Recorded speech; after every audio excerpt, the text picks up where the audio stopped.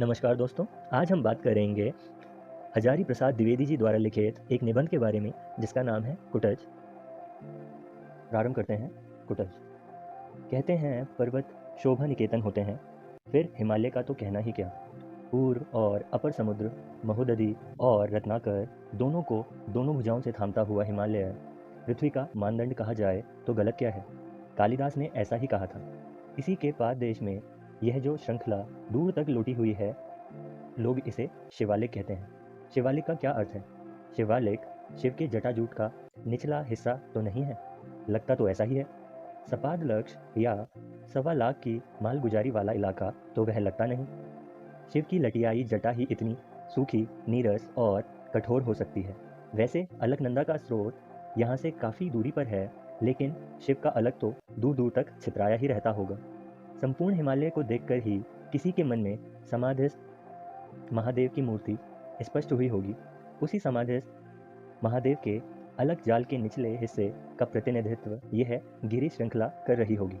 कहीं कहीं अज्ञात नाम, गोत्र, झाड़ झंकार और बेहया से पेड़ खड़े दिख अवश्य जाते हैं, पर कोई और हरियाली नहीं, दूर तक सूख गई है।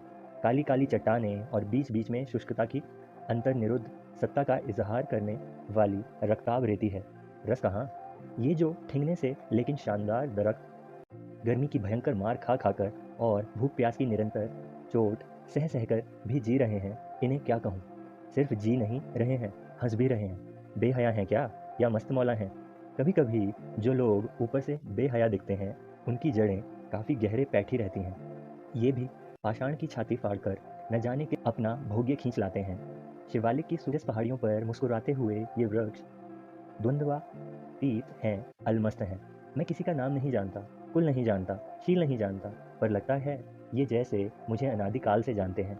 इन्हीं में एक छोटा सा बहुत ही ठिंगना पेड़ है। पत्ते चौड़े भी हैं, बड़े भी हैं। फूलों से तो ऐसा लदा है कि कुछ पूछे नहीं। अजीब सी अदा है। मुस्कुराता जान पड़ता है। पूछ रहा है कि क्या तुम मुझे नहीं पहचानते? पहचानता तो हूँ, अवश्य पहचानता हूँ। लगता है बहुत बार देख चुका हूँ। पहचानता हूँ उजाड़ के साथी, तुम्हें अच्छी तरह पहचानता हूँ। नाम भूल रहा हूँ, प्राय भूल जाता हूँ। रूप देखकर प्राय पहचान जाता हूँ, नाम नहीं याद आता। पर नाम ऐसा है कि जब तक रूप के पहले ही हाजिर न हो जाए, तब तक रूप की पहचान अधूरी रह जाती है। भारतीय पंडितों का सैकड़ों बार का कचारा निचोड़ा प्रश्न सामने आ गया। रूप मुख्य है या नाम? नाम बड़ा है या रूप? पद पहले है या पदार्थ? पदार्थ सामने है, पद नहीं सूझ रहा है। मन व्याकुल हो गया। स्मृतियों के पंख फैलाकर सुदूर अतीत के कोनों में झांकता रहा। सोचता हूँ, इसमें व्याकुल होने की क्या बात है? नाम में क्या रखा है? What's there in a name? नाम की जरूरत ही हो तो 100 दिए जा सकते हैं। सुष्मिता, गिरिकांता, वन प्रभा, शुभ्र किरीटनी, मदोद्धता, विजितातपा, अलकावतंसा, बहुत से नाम हैं। या फिर पौरुष व्यंजन नाम भी दिए जा सकते हैं। अकुतोभ है, गिरि गौरव, कुटोल्लास, अपराजित, धरती धकेल, पहाड़ फोड़, पाताल भेद। पर मन नहीं मानता। नाम इसलिए बड़ा नहीं है कि वह नाम है, वह इसलिए बड़ा होता है कि उसे सामाजिक स्वीकृति मिली होती है। रूप व्यक्ति सत्य है, नाम समाज सत्य है। नाम उस पद को कहते हैं जिस पर समाज की मोहर लगी है। आधुनिक शिक्षित लोग जिसे सोशल सैंक्शन कहा करते हैं। मेरा मन नाम के लिए व्याकुल है। समाज द्वारा स्वीकृत, इतिहास द्वारा प्रमाणित समष्टि मानव की चितगंगा में स्नान। इस गिरिकुट बिहारी का नाम क्या है? मन दूर दूर तक उड़ रहा है, देश में और काल में। मनोरथा नाम गतिनम विद्यते। अचानक याद आया, अरे यह तो कुटज है। संस्कृत साहित्य का बहुत परिचित किंतु कवियों द्वारा अपमानित यह छोटा सा शानदार वृक्ष कुटज है। कुटज कहा गया होता तो कदाचित ज्यादा अच्छा होता, पर नाम इसका चाहे कुटज ही हो, विरुद्ध तो निसंदेह कुटज होगा। गिरिकुट गिरिकूट पर उत्पन्न होने वाले इस वृक्ष को कुटज कहने में विशेष आनंद मिलता है। बहरहाल यह कुटज कुटज है। मनोहर कुसुमस्तवकों से झबराया उल्लास लोल चारुस्मित कुटज। जी भराया। कालिदास ने आषाढ़स्य प्रथम दिवसे रामगिरी पर यक्ष को जब मेघ की अभ्यर्थना के लिए नियोजित किया, तो कमबख्त को ताले कुटज पुष्पों की अंजलि देकर ही संतोष करना पड़ा। चंपक नहीं, वकुल नहीं, नीलोत्पल नहीं, मल्लिका नहीं, अरविंद नहीं, फकत कुटज के फूल। यह और बात है कि आज आषाढ़ का नहीं, जुलाई का पहला दिन है, मगर फर्क भी कितना है। बार बार मन विश्वास करने को उतारू हो जाता है कि यक्ष तो बहाना मात्र है। कालिदास ही कभी शापेनास्तम गमित महिमा, शाप से जिनकी महिमा अंत हो गई हो। होकर रामगिरी पहुंचे थे। अपने ही हाथों इस कुटज पुष्प का अर्घ्य देकर उन्होंने मेघ की अभ्यर्थना की थी।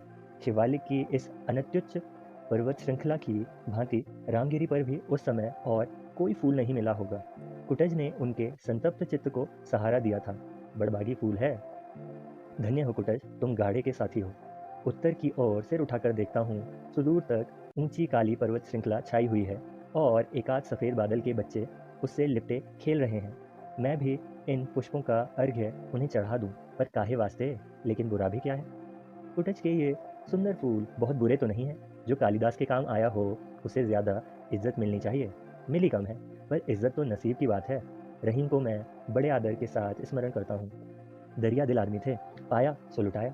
लेकिन दुनिया है कि मतलब से मतलब है। रस चूस लेती है, छिलका और गुठली फेंक देती है। सुना है रस चूस लेने के बाद रहीम को भी फेंक दिया गया था। एक बादशाह ने आदर के साथ बुलाया, दूसरे ने फेंक दिया। हुआ ही करता है। इससे रहीम का मोल घट नहीं जाता। उसकी पकड़ाना मस्ती कहीं गई नहीं। अच्छे भले कद्रदान थे। लेकिन बड़े लोगों पर भी कभी कभी ऐसी वितृष्णा सवार होती है कि गलती कर बैठते हैं। मन खराब रहा होगा, लोगों की बेरुखी और बेकद्रदानी से मुरझा गए होंगे। ऐसी ही मनस्थिति में उन्होंने बेचारे कुटज को भी एक चपत लगा दी। झुंझलाए थे, कह दिया, वे रहीम अब बिरज कहाँ, जिनकर छां गंभीर, बागन बिच बिच देखियत सेहुण कुटज करीर। गोया कुटज अदना सा बिरज हो, छां ही क्या बड़ी बात है, फूल क्या कुछ भी नहीं। छाया के लिए न सही, फूल के लिए तो कुछ सम्मान होना चाहिए। मगर कभी कभी कवियों का मूड खराब हो जाया करता है। वे भी गलत बयानी के शिकार हो जाया करते हैं। फिर बागों से गिरकुट बिहारी कुटज का क्या तुक है। कुटज अर्थात जो कुट में पैदा हुआ हो। कुट घड़े को भी कहते हैं, घर को भी कहते हैं। कुट अर्थात घड़े से उत्पन्न होने के कारण प्रतापी अगस्त्य मुनि भी कुटज कहे जाते हैं। घड़े से तो क्या उत्पन्न हुए होंगे, कोई और बात होगी। संस्कृत में कुठारिका और कुटकारिका दासी को कहते हैं। क्यों कहते हैं? कुटिया या कुटीर शब्द भी कदाचित इसी शब्द से संबद्ध है। क्या इस शहर का क्या इस शब्द का अर्थ घर ही है? घर में काम काज करने वाली दासी कुटकारिका और कुटहारिका कही जा सकती है। एक जरा गलत ढंग की दासी कुटनी भी कही जाती है। संस्कृत में उसकी गलतियों को थोड़ा अधिक मुखर बनाने के लिए उसे कुटनी कह दिया गया है। अगस्त्य मुनि भी नारद जी की तरह दासी के पुत्र थे क्या? घड़े से पैदा होने का तो कोई तुक नहीं है। न मुनि कुटज के सिलसिले में, न फूल कुटज के। फूल गमले में होते अवश्य हैं, पर कुटज तो जंगल का सैलानी है। उसे घड़े या गमले से क्या लेना देना। शब्द विचारोत्तेजक अवश्य है। कहाँ से आया? मुझे तो इसी में संदेह है कि वह आर्य भाषाओं का शब्द है या नहीं। एक भाषा शास्त्री किसी संस्कृत शब्द को एक से अधिक रूप में प्रचलित पाते थे तो तुरंत उसकी कुलीनता पर शक कर बैठते थे। संस्कृत में कुटज रूप भी मिलता है और कुटच भी। मिलने को तो कुटज भी मिल जाता है। तो यह शब्द किस जाति का है? आर्य जाति का तो नहीं जान पड़ता। सिल्वा लेवी कह गए हैं कि संस्कृत भाषा में फूलों, वृक्षों और खेती बागवानी के अधिकांश शब्द आग्नेय परिवार के हैं। यह भी वहीं का तो नहीं है। एक जमाना था जब ऑस्ट्रेलिया और एशिया महाद्वीप मिले हुए थे। फिर कोई भयंकर प्राकृतिक विस्फोट हुआ और ये दोनों अलग हो गए। 19वीं शताब्दी के भाषा विज्ञानी पंडितों को यह देखकर आश्चर्य हुआ कि ऑस्ट्रेलिया के सुदूर जंगलों में बसी जातियों की भाषा एशिया में बसी हुई कुछ जातियों की भाषा से संबद्ध है। भारत की अनेक जातियां वह भाषा बोलती हैं जिनमें संथाल, मुंडा आदि भी शामिल हैं। शुरू शुरू में इस भाषा का नाम ऑस्ट्रो एशियाटिक दिया गया था। दक्षिण पूर्व या अग्निकोण की भाषा होने के कारण इसे आग्नेय परिवार भी कहा जाने लगा। अब हम लोग भारतीय जनता के वर्ग विशेष को ध्यान में रखकर और पुराने साहित्य का स्मरण करके इसे कोल परिवार की भाषा कहने लगे हैं। पंडितों ने बताया है कि संस्कृत भाषा के अनेक शब्द जो अब भारतीय संस्कृत के अविच्छेद्य अंग बन गए हैं, इसी श्रेणी की भाषा के हैं। कमल, कम्बू, कंबल, तांबुल आदि शब्द ऐसे ही बताए जाते हैं। पेड़ पौधों, खेती के उपकरणों और औजारों के नाम भी ऐसे ही हैं। कुटज भी तो क्या आश्चर्य! संस्कृत भाषा ने शब्दों के संग्रह में कभी छूट नहीं मानी। न जाने किस किस नस्ल के कितने शब्द उसमें आकर अपने बन गए। पंडित लोग उसकी छानबीन करके हैरान होते हैं। संस्कृत सर्वग्रासी भाषा है। यह जो मेरे सामने कुटज का लहराता पौधा खड़ा है, वह नाम और रूप दोनों में अपनी अपराजेय जीवनी शक्ति की घोषणा कर रहा है। इसलिए यह कितना आकर्षक है। नाम है कि हजारों वर्ष से जीता चला आ रहा है। कितने नाम आए और गए, दुनिया उनको भूल गई, वे दुनिया को भूल गए। मगर कुटज है कि संस्कृत की निरंतर स्वीयमान शब्द राशि में जो जम के बैठा सो बैठा ही है। और रूप की तो बात ही क्या है, बलिहारी है इस मादक शोभा की। चारों ओर कुपित यमराज के दारुण निश्वास के समान धधकती लू में यह हरा भी है और भरा भी है।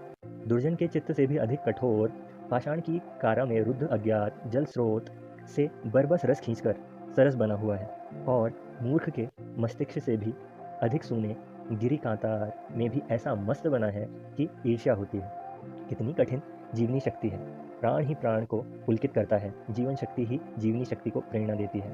दूर पर्वतराज हिमालय ही हिमाच्छादित चोटियां हैं, वहीं कहीं भगवान महादेव समाधि लगाकर बैठे होंगे। नीचे सपाट पथरीली जमीन का मैदान है, कहीं कहीं पर्वत नंदिनी सरिताएं आगे बढ़ने का रास्ता खोज रही होंगी।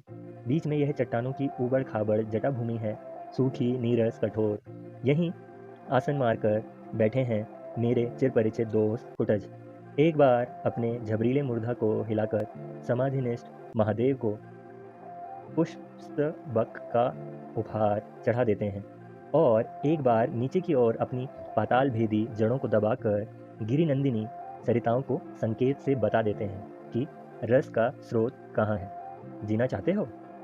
कठोर पाषाण को भेद कर, पाताल की छाती चीर कर अपना भोग्य संग्रह करो।